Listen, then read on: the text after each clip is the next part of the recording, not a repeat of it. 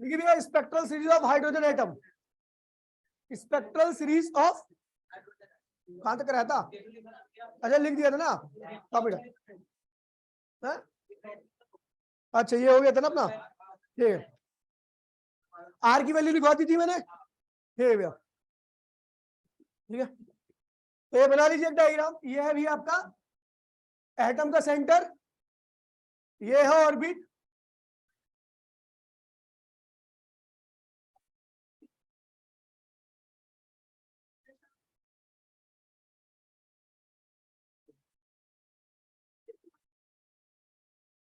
देखिए भैया, ओए तो अबे आ जाओ भाई, आ जाओ, क्या भाई बैठे रहोगे क्या?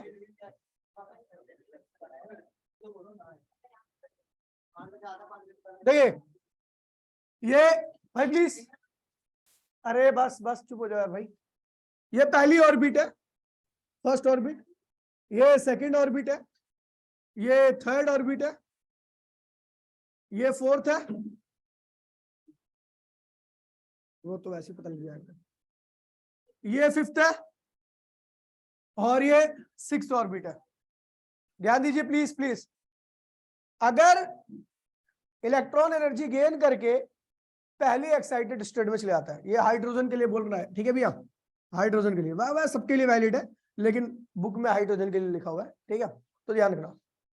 तो भी देखिए, अगर hydrogen sorry electron energy gain करके पहली ऑर्बिट, आपको पता है हाइड्रोजन की बात कर रहा हूं, तो हाइड्रोजन का जो ग्राउंड स्टेट होगी वो पहली ऑर्बिट होगी, है ना।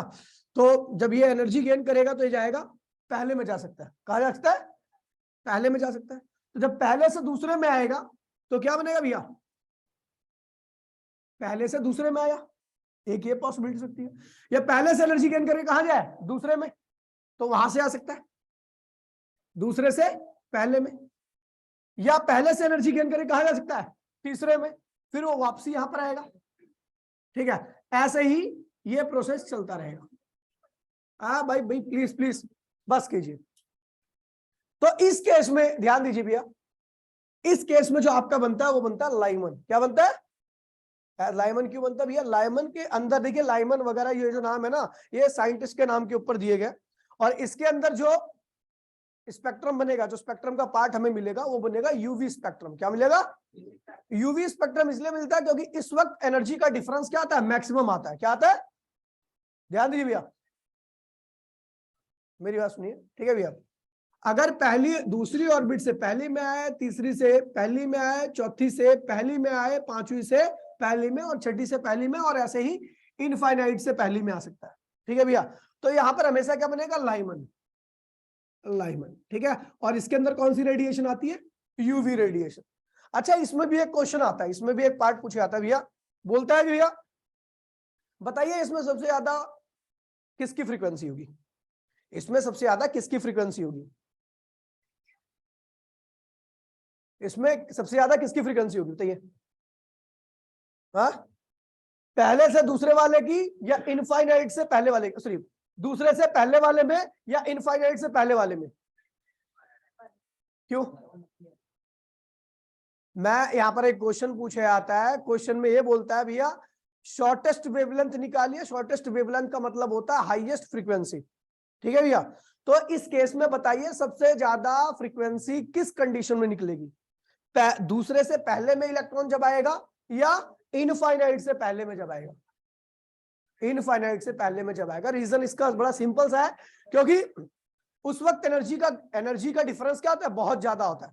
तो जब वो इन्फिनाइट से यहां तक आएगा तो बहुत बड़ी एनर्जी को रिलीज करेगा, और जब बहुत बड़ी एनर्जी को रिलीज करेगा तो जाहिर सी बात है बड़ी एनर्जी किसकी होती है भैया, यूवी रे की होती है। किसकी होती है, समझ गए भैया। अच्छा, यहां पर एक क्वेश्चन और पूछा जाता है, हाईएस्ट वेवलेंथ। तो हाईएस्ट वेवलेंथ किसकी होगी, जिसकी शॉर्टेस्ट फ्रीक्वेंसी होगी, और शॉर्टेस्ट फ्रीक्वेंसी उसकी होती है जिसकी सबसे शॉर्टेस्ट एनर्जी होती है, क्योंकि फ्रीक्वेंसी एनर्जी के डायरेक्टली प्रोपोर्शनल होती है।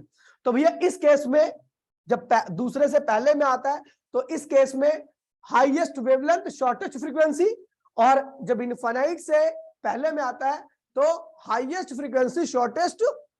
ये ध्यान रखना, समझ गए। एनर्जी फ्रीक्वेंसी ज्यादा होगी तो वेवलेंथ जाहिर सी बात है क्या होगी, कम होगी, ठीक है। अब आ रहा भैया दूसरे में, दूसरे में इसकी ग्राउंड स्टेट थी दूसरी, तो कहां जा सकता है, इससे नीचे तो जा नहीं सकता, इसके ऊपर जा सकता है। ऊपर से फिर क्या होगा, वापसी आएगा, फिर यहां से आ सकता है, फिर यहां से, और ऐसे ही यहां से और इन्फिनिट से। तो इसमें क्या बनता है भैया, बाल्मर, इसमें बाल्मर बनता है। ठीक है भैया। और भाई प्लीज ध्यान दीजिए भैया, बाल्मर में जो आता है वो क्या आता है पता है आपको, विजिबल। क्या आता है भैया, विजिबल मिलता है, विजिबल स्पेक्ट्रम। आपको पता है भैया आपका स्पेक्ट्रम बहुत बड़ा है, आपकी सोच से भी बहुत लंबा चौड़ा है, लेकिन आप उसका एक बहुत छोटा सा पार्ट देख पाते हो जो कि विजिबल है। ठीक है।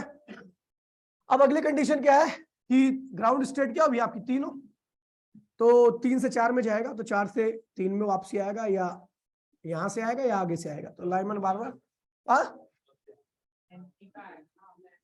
अच्छा हाँ सॉरी, वो जानबूझ के कर दिया मैंने।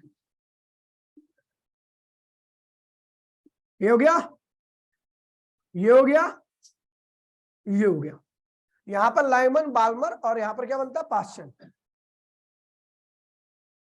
पास्चन में आपको पता क्या मिलता है, पास्चन लिख दो ना,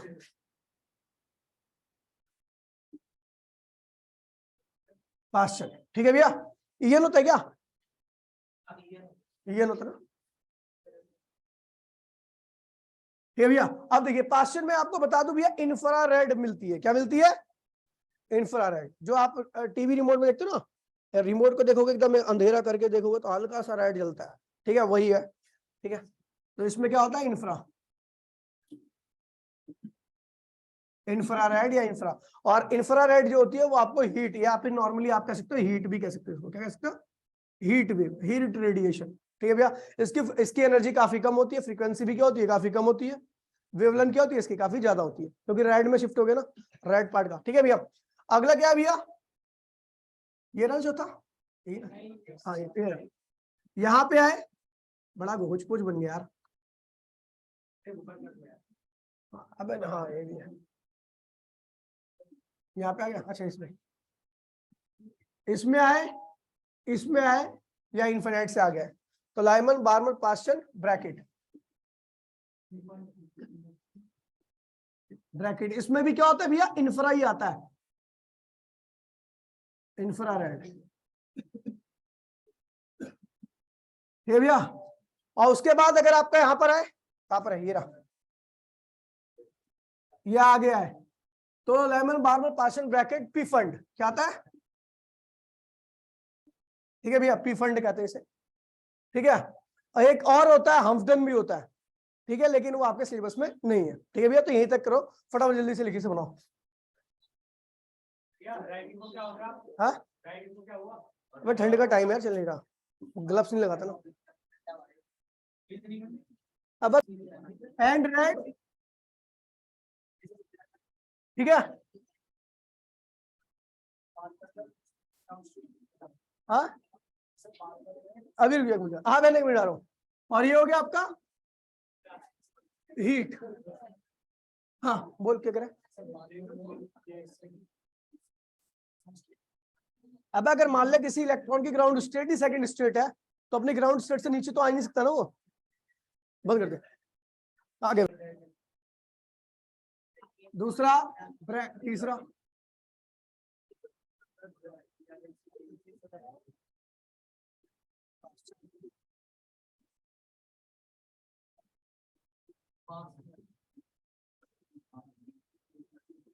क्या हुआ,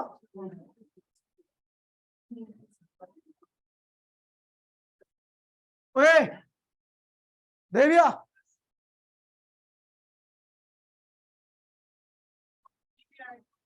है लिखा हुआ है, दिख नहीं रहा तुझे, देखिए भैया। तो अब देखिए लाइमन क्या होता है, ध्यान दीजिए भैया, जब आपकी ग्राउंड स्टेट पहली हो और एक्साइटेड स्टेट 2 3 4 5 6 कुछ भी हो सकता है। ठीक है, ग्राउंड स्टेट क्या है भैया आपकी, N1 क्या हो भैया, फर्स्ट ऑर्बिट हो, और एक्साइटेड स्टेट क्या हो भैया आपकी, एक्साइटेड स्टेट क्या हो भैया, N2, यानी 2 भी हो सकता है, 3 भी हो सकता है, 4 भी हो सकता है, आगे कुछ भी हो सकता है। प्लीज भाई बोलिए मत। ठीक है, तो ग्राउंड स्टेट आपकी हमेशा लाइमन में यही रहेगी। ठीक है, और एक्साइटेड स्टेट आपकी 2 भी हो सकती है, 3 भी हो सकती है, 4 भी हो सकती है। ठीक है, मैक्सिमम एनर्जी कब मिलेगी, मैक्सिमम एनर्जी और फ्रीक्वेंसी, फ्रीक्वेंसी कब मिलेगी आपको, जब आपका n2 इन्फिनाइट हो और n1 क्या हो भैया 1 हो, जब इलेक्ट्रॉन आपका यहां से यहां पर आए। ध्यान दीजिए भैया, मैक्सिमम एनर्जी या मैक्सिमम फ्रीक्वेंसी या शॉर्टेस्ट वेवलेंथ आपको जब मिलेगी जब n2 आपका क्या हो भैया इंफिनिटी और n1 क्या हो भैया आपका 1 हो। ठीक है भैया, और इसमें 1 बाय में लैम्डा इक्वल्स टू में आर, 1 बाय में क्या था n1 की वैल्यू क्या होगी 1 माइनस n2 की वैल्यू क्या होगी भैया, कुछ भी हो सकता है। ठीक है भैया, n2 कुछ भी हो सकता है। ठीक है, इसमें हमेशा क्या मिलेगा आपको, यूवी रेडिएशन, रेडिएशन जो मिलने वाली है आपको क्या मिलेगी यूवी, ध्यान दीजिएगा भैया। ठीक है, अगला है बाल्मर, इसमें ग्राउंड स्टेट क्या रहेगी आपकी 2, एक्साइटेड स्टेट क्या रहेगी आपकी 3 4, 2 के अलावा, अब बोलिए मत यार हम गई। ठीक है, मैक्सिमम एनर्जी कब मिलेगी इसमें,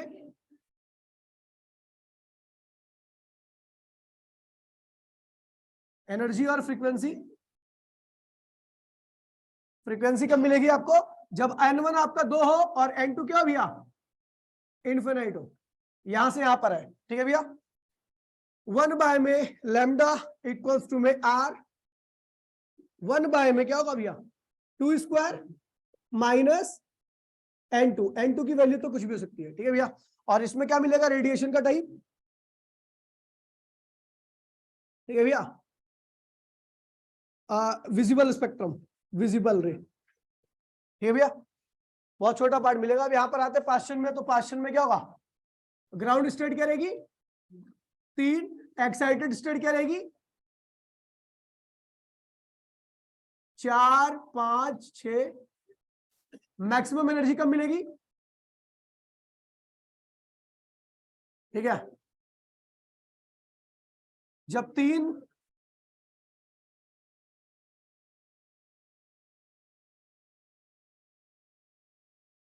फालतू की बातें हो रही है ना, आऊं बोर्ड पे बुला दूं, कल ले आता,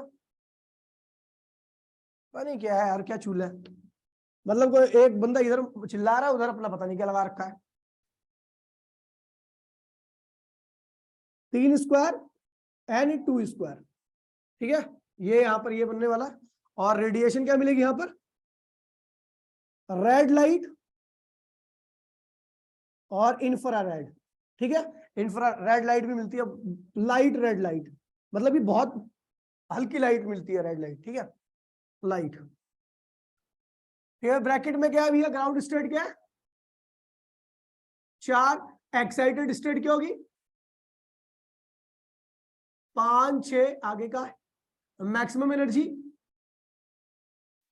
ध्यान रखना है मैक्सिमम एनर्जी का मतलब है मैक्सिमम फ्रीक्वेंसी और मिनिमम वेवलेंथ। ठीक है ध्यान रखना, n1 जब आपका 4 हो, n2 जब आपका इन्फिनिटी हो, तो यहां से यहां पे आएगा तो मैक्सिमम एनर्जी आपको मिलेगी 1 बाय में लैम्डा इक्वल्स टू में r, 1 बाय में क्या होगा भैया आपका 4 का स्क्वायर माइनस 1 बाय में n2 की वैल्यू तो कुछ भी हो सकती है। ठीक है, ये आपका हो गया। अरे यार अभी वही, अच्छा रिकॉर्डिंग रुक दे, रिकॉर्डिंग कॉपी करो भैया, ये वाला कंप्लीट करो अपने आप से। ठीक है, इसके अंदर भी इंफ्रारेड मिलेगी आपको, इसके अंदर भी इंफ्रारेड ही मिलेगी। ठीक है, फटाफट कॉपी करो और कंप्लीट करो इसे। Energy level diagram, energy level diagram,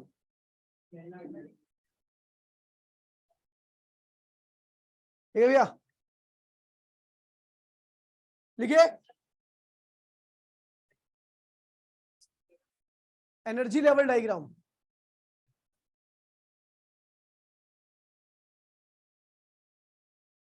लिखिए it is a diagram in which, it is a diagram in which, energy level diagram में लिखिए it is a diagram in which the energy of different stationary state, it is the diagram in which the energy of the different stationary state different stationary state of an atom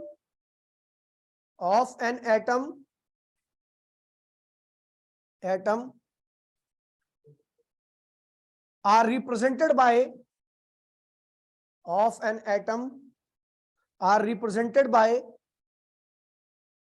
parallel horizontal line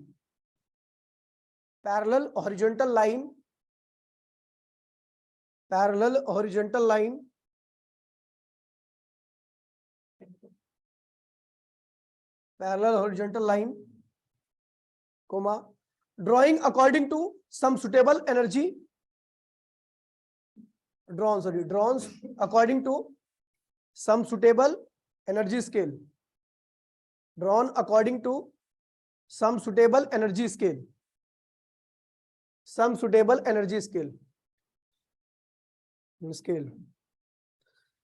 पर कल या परसों हमने एक energy का formula drive किया था, ठीक है, बताना ही भाई जरा मेरे को। ई एन बी नो रुक जाए अरे एक मिनट, हाँ टोटल एनर्जी का जो फॉर्मूला ड्राइव किया था हमने, तो ई एन इक्वल्स टू में 2 पाई स्क्वायर था ना। तू बताइए कहाँ गया ऋषभ, तू बता। माइनस 2 पाई स्क्वायर, तेज बोल ले, के square z square 4 m by n square h square, ठीक है। यहां पर केवल 2 वेरिएबल है, एक ये और ये, बाकी सारी की सारी टर्म क्या भैया कांस्टेंट है। तो जब सारी टर्म को डाल करके और z की वैल्यू 1, क्योंकि हाइड्रोजन के लिए हम कर रहे हैं, किसकी वैल्यू कर रहे हैं, और भाई बोलो मत यार, 4 हाइड्रोजन एटम, z की वैल्यू क्या होती है 1 होती है। ध्यान दीजिए, हाइड्रोजन एटम के लिए z की वैल्यू क्या होती है 1 होती है। सारे कांस्टेंट को डाला गया तो आप देखोगे ये आएगा -13.6 eV अपॉन में n स्क्वायर। सारे कांस्टेंट की वैल्यू को 2 पाई, k की वैल्यू 9 इंटू 10⁹ होती है, e की वैल्यू 1 है, e की वैल्यू ये z की वैल्यू 1 है, e की वैल्यू 1.6 इंटू 10⁻90 का 4, और मास ऑफ इलेक्ट्रॉन क्या होता है 9.01 इंटू 10⁻31, और प्लैंक कांस्टेंट की वैल्यू होती है 6.67 इंटू 10⁻34। ठीक है भैया, स्क्वायर करोगे, सारों को सॉल्व करोगे तो आपका ये आना है, ठीक है। मतलब आपको इसको याद करने की आवश्यकता नहीं है, केवल ये याद रखना है, ठीक है भैया। ये किसकी, अब वो तेरे को पेपर में फ्रंट पेज पे सारी वैल्यू लिखी होंगी, ठीक है। बोर्ड के पेपर में फ्रंट में सारे वैल्यू लिखी होती है, सैंपल पर में देख लेना उठा के, ठीक है भैया। तो ये है आपका कुल एनर्जी, ठीक है भैया, किसी भी ऑर्बिट की हाइड्रोजन के लिए ये एनर्जी होगी। मैं बात कर रहा हूँ फॉर फर्स्ट ऑर्बिट, ध्यान दीजिएगा भैया, एक बार जरा कैलकुलेटर निकाल लेना बस, ठीक है, फोन निकाल लेना जब मैं बोलूंगा, ठीक है भैया। तो पहले ऑर्बिट की जो एनर्जी होगी, ध्यान दीजिए, फर्स्ट ऑर्बिट की वो होगी -13.6 eV। पहले ऑर्बिट की एनर्जी इतनी है, मतलब अगर कोई इलेक्ट्रॉन ग्राउंड स्टेट में है तो उसको इतनी ही एनर्जी अगर आप दे दोगे तो वो इन्फिनिटी पे चले जाएगा, क्योंकि उसकी एनर्जी क्या हो जाएगी 0। ये नेगेटिव है, इतनी दे दोगे तो क्या होगी पॉजिटिव होगी, नेगेटिव प्लस पॉजिटिव क्या होता है भैया 0। जब इलेक्ट्रॉन की एनर्जी 0 हो जाती है तो क्या होता है भैया इन्फिनिटी पे चला जाता है। ध्यान दीजिए भैया, फॉर सेकंड ऑर्बिट, बताइए भैया इसको जरा मेरे को, n की वैल्यू 2, तो E2 क्या है, यहाँ पर 2 रखिएगा, 2 का स्क्वायर 4 होगा, क्या होगा 3.4 eV है ना। नहीं याद नहीं करता मैं कभी कोई चीज, कैलकुलेटर से देखो। ठीक भैया, for third orbit,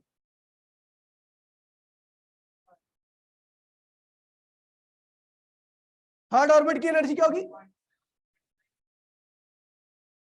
-1.5 eV, 54 eV होता है ना।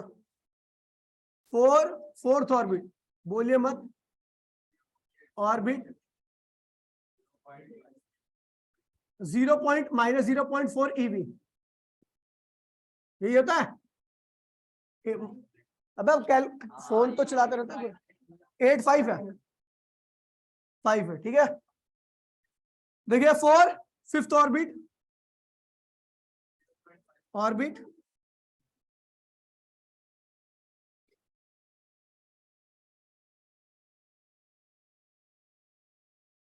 -0.54 eV, 6 ऑर्बिट के बताओ लास्ट है।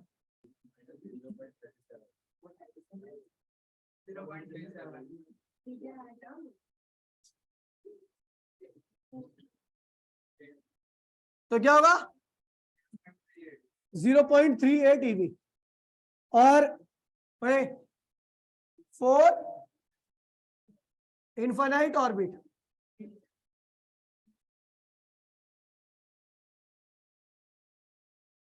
जीरो की रिकॉर्डिंग कॉपी कर लो भैया पहले फटाफट जल्दी से।